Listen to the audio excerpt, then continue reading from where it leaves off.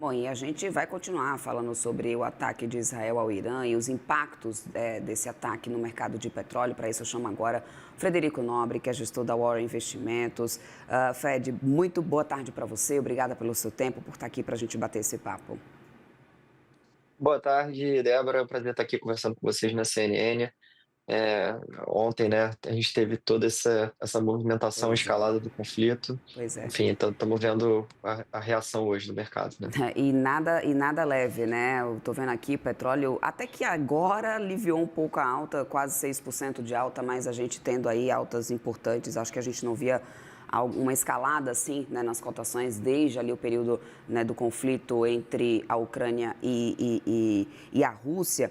E aí eu queria continuar nessa toada aqui de conversa contigo, Fred. Eu quero te ouvir sobre a tua avaliação sobre o papel do Irã nessa geopolítica energética, né, mundial. Quando a gente teve o conflito também estourando ali entre Israel e o Hamas na faixa de Gaza, houve uma certa preocupação momentânea em relação a isso, até que se entendesse que realmente não teria um envolvimento direto do Irã naquele momento. O cenário agora é outro. Mas você acredita que o Irã tem hoje condições reais, e aí considera-se logística, militar e econômica também, de colocar em xeque esse fluxo regular de petróleo ali pelo Estreito de Hormuz? Ou esse risco é mais um prêmio de risco especulativo nesse momento? Olha, Débora, essa é uma excelente pergunta, tá? Eu acho que o Adriano ele já colocou aqui anteriormente a importância do Estreito de Hormuz, né? Você também na sua fala, né? Adriano, inclusive, deixar um abraço aí para ele, foi meu professor na FRJ, um excelente profissional. Mas aqui o ponto é o seguinte: eu acho que quando a gente olha para a situação e para o contexto atual, né, é um pouco diferente da situação com o Hamas que a gente viu antes, né? O Irã entrando diretamente no jogo acaba representando um risco maior, pelo fato de ser um importante produtor e pelo fato do Estreito de Hormuz estar ali, né, enfim, se mostrou ali no mapa aonde fica o Estreito de Hormuz e é uma região extremamente importante para os fluxos comerciais.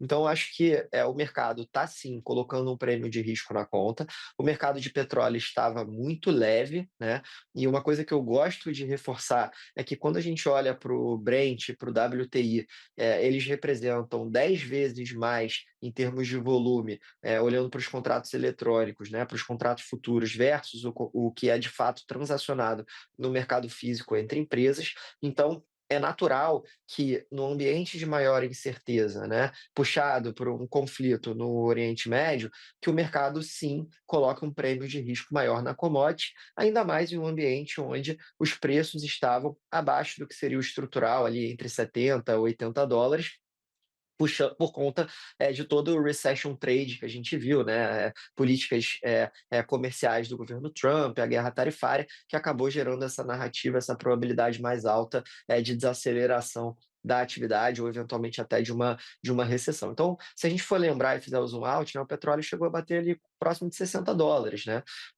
E isso não só é ruim para os Estados Unidos, como o Adriano comentou, como também é algo que é difícil de enxergar como estrutural, pensando no horizonte mais longo de médio e longo prazo, né. Então, parece ser muito mais uma correção de rota, né, puxada por um risco geopolítico que aumentou e por um mercado muito leve. Então sim, acho que nesse primeiro momento, né, o prêmio de risco aumenta, acho que ainda não tem uma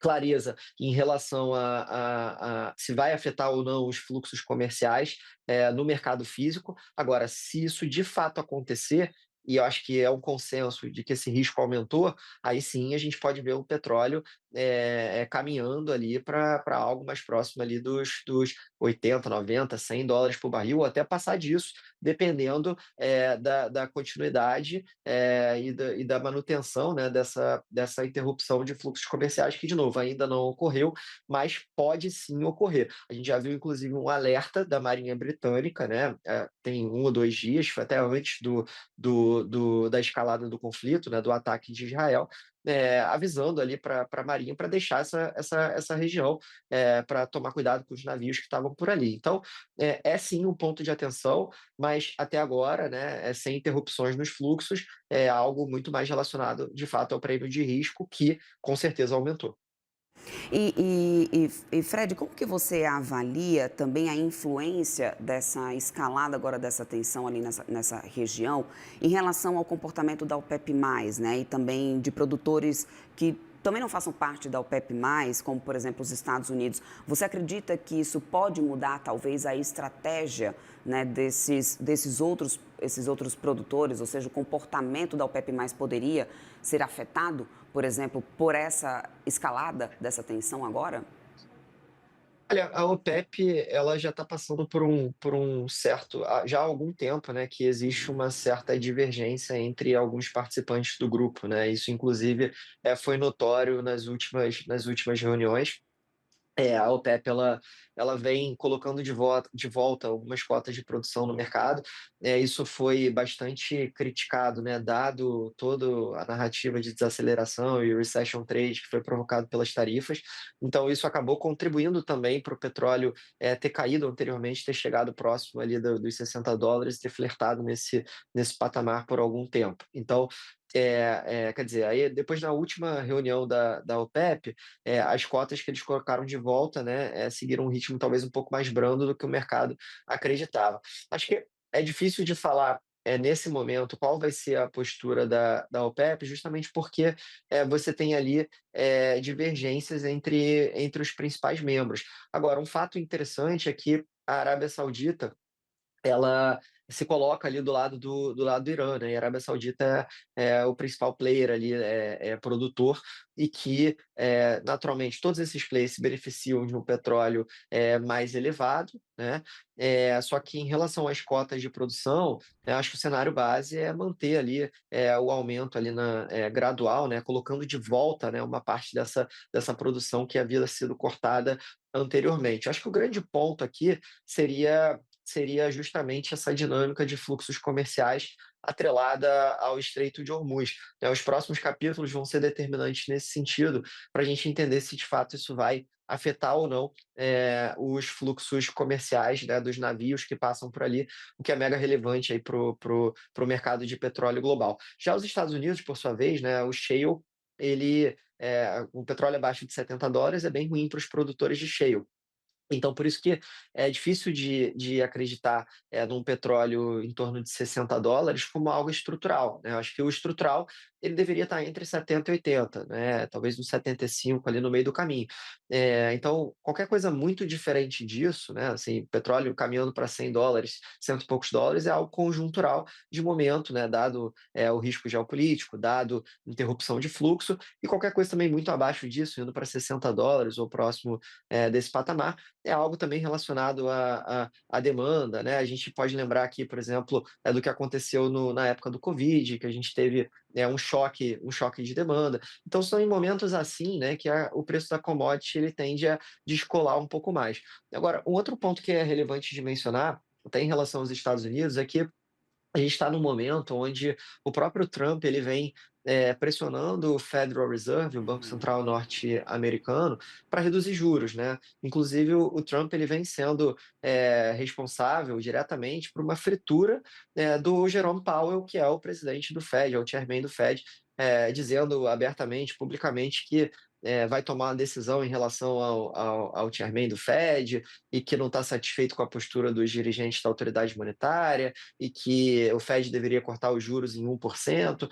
Então, acho que é um outro ponto que é relevante nesse contexto todo, é que petróleo mais alto, né, acaba, sendo um driver também de inflação mais alta, porque impacta o preço dos derivados, como a gasolina e o diesel, Uhum. que por sua vez acabam afetando os bens e serviços na economia como um todo. Uhum. Então, nesse contexto, né, se a gente vê realmente um petróleo caminhando para um patamar mais alto e se mantendo nesse patamar por algum tempo, a gente corre um risco, sim, de ter uma inflação, resiliente, né, a inflação ela não baixar como o Fed gostaria, né, ainda mais no ambiente de tarifas, de trade war, e a gente ter que esperar talvez um pouco mais para ver, a autoridade monetária nos Estados Unidos cortando juros, o que é péssimo para os ativos de risco no mundo inteiro. Uhum. Fred, você tocou num ponto importante que era justamente da minha próxima pergunta, que era essa questão inflacionária, do potencial inflacionário que isso traz nesse momento. E aí, então, eu estico agora um pouquinho para a seguinte questão. A gente tem hoje a mesma demanda por petróleo que a gente tinha, por exemplo, ali naquela retomada que a gente vinha logo depois da pandemia, quando teve o início da guerra da Ucrânia com a Rússia, que isso trouxe, obviamente, ali um grande impacto no preço do petróleo. E eu te pergunto isso porque se ao mesmo tempo que a gente tenha, né, uma redução de demanda, diante dessas questões tarifárias também, tudo que a gente sabe que acaba impactando realmente, há um processo já, né, de uma maior estabilização ali de crescimento global, com menos demanda, mesmo tendo qualquer conflito acontecendo dessa forma, diminuiria também essa potência, esse potencial de escalada de preço do petróleo. Então, como que tu avalia hoje a nossa demanda por petróleo no mundo, diante desse cenário macroeconômico que a gente tem, para a gente entender essa balança e do quanto que a gente pode equilibrar realmente de risco para essa disparada de petróleo, apesar de tanta incerteza ainda, né, na mesa? Pô, Débora, assim, eu acho que quando a gente pensa aqui em demanda de petróleo, né, a grosso modo, pode estar um pouco mais para um pouco para mais, um pouco para menos, a gente está falando de 100 milhões de barris dia, tá?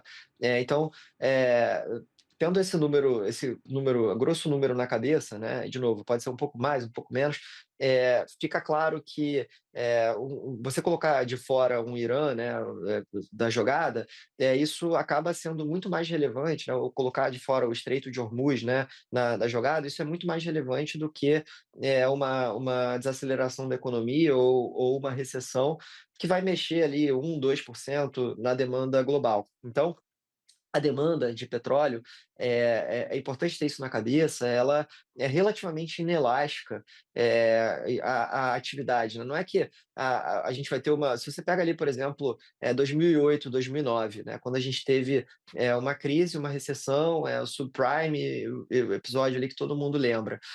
A demanda global por petróleo ela não caiu 10, 20%, né, ela caiu bem menos do que isso. Então, não é porque você vai ter uma desaceleração na atividade que o mercado ele vai a gente vai deixar de abastecer o carro, né?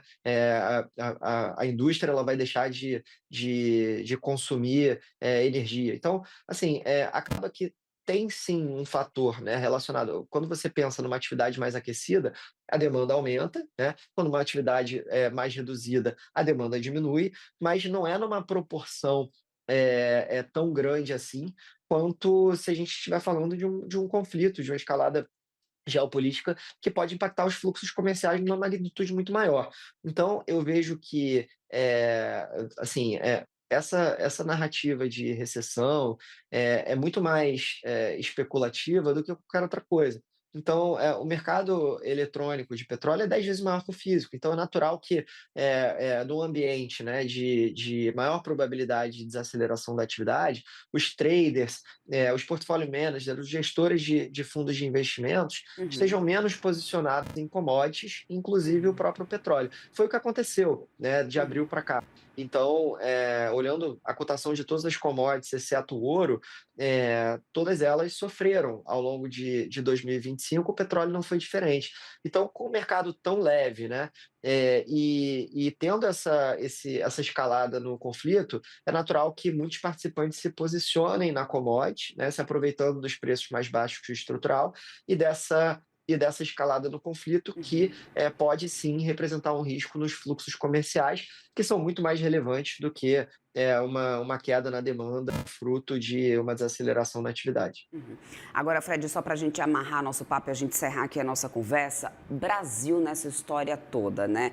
Até que ponto, eu quero te ouvir sobre o teu diagnóstico, até que ponto esse choque nesse momento, né, com um aumento de tensão no Oriente Médio, pode impactar o Brasil, né? Ou seja, os benefícios superariam os riscos? Eu te pergunto isso porque a gente tem a Petrobras, que tem uma grande importância, inclusive um grande peso no índice, né, no nosso principal índice da B3, no Ibovespa. Hoje acompanham fortemente aqui a valorização, né, do petróleo, obviamente. Então, o que isso pode representar para o mercado de petróleo brasileiro?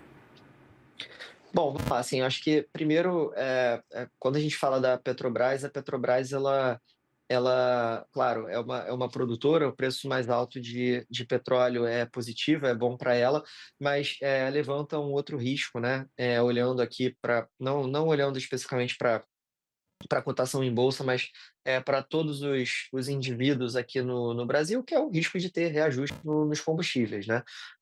Nesse primeiro momento, é pouco provável que a Petrobras se mexa. A Petrobras ela vem adotando uma política de esperar para ver, né, de não repassar, nas palavras da própria empresa, de não repassar essa volatilidade no preço da commodity para o mercado, né. Vale lembrar também que a Petrobras acabou de realizar um reajuste para baixo no preço da gasolina, né, então acho pouco provável que, nesse primeiro momento, a Petrobras volte atrás e faça um reajuste para cima na gasolina. Mas caso o preço do petróleo permaneça em patamares mais altos por 3, 4, 5 semanas, a Petrobras não vai ter outra escolha senão repassar isso aqui no Brasil. E caso a Petrobras repasse, isso é um driver alcista para a inflação, que por sua vez atrapalha também o Banco Central na condução da política monetária. E a gente está com uma Selic aí em 14,75%. Não sabemos quando exatamente é que o Banco Central vai começar a cortar juros, né, não sabemos nem se o ciclo, de alta terminou ou não, né, ainda existe a possibilidade de ter um reajuste residual, e isso atrapalha, né, atrapalha as empresas, de uma forma geral. Quando a gente pensa, nas despesas financeiras que essas empresas incorrem, né, com juros altos, atrapalha, o consumidor do lado da inflação, se a gente vê realmente, né, reajustes para cima nos preços de gasolina que afetam todos os bens e serviços da economia em segunda ordem. Então, assim, esse é o principal fator de risco que a gente precisa monitorar aqui olhando para o Brasil. Agora, olhando para a bolsa de uma forma geral, claro que para as empresas de petróleo, né, o petróleo mais alto acaba gerando maiores resultados. A gente aqui, particularmente, né, até por conta da Petrobras ser uma empresa estatal e ser uma empresa integrada, que também está presente ali na parte de gasolina, diesel, derivados, no caso como esse, né, que você quer se expor a commodity em si, a gente prefere outras opções Uhum, mais nas junior oils, né? Hoje a nossa preferida aqui é a PetroRio. uhum. Mas o ponto aqui, assim, eu acho que esse cenário ele é ruim para a bolsa como um todo, né? Apesar de algumas empresas, né, petroleiras, naturalmente se beneficiarem da commodity mais alta, essa incerteza maior ela é ruim para os ativos de risco como um todo, para as bolsas globais e para o Brasil não é diferente. É isso, Fred. Ótimos pontos aqui levantados. Muito obrigada pelo teu tempo. É sempre bom bater um papo aqui contigo. Conversamos agora com o Frederico Nobre, que é gestor da Warren Investimentos. Espero você em outras oportunidades, Fred, por aqui. Bem-vindo sempre. Bom final de semana para você. Muito obrigado pelo convite, Débora. Sempre um prazer falar com vocês aqui da CNN. Um abraço, até a próxima. Até mais.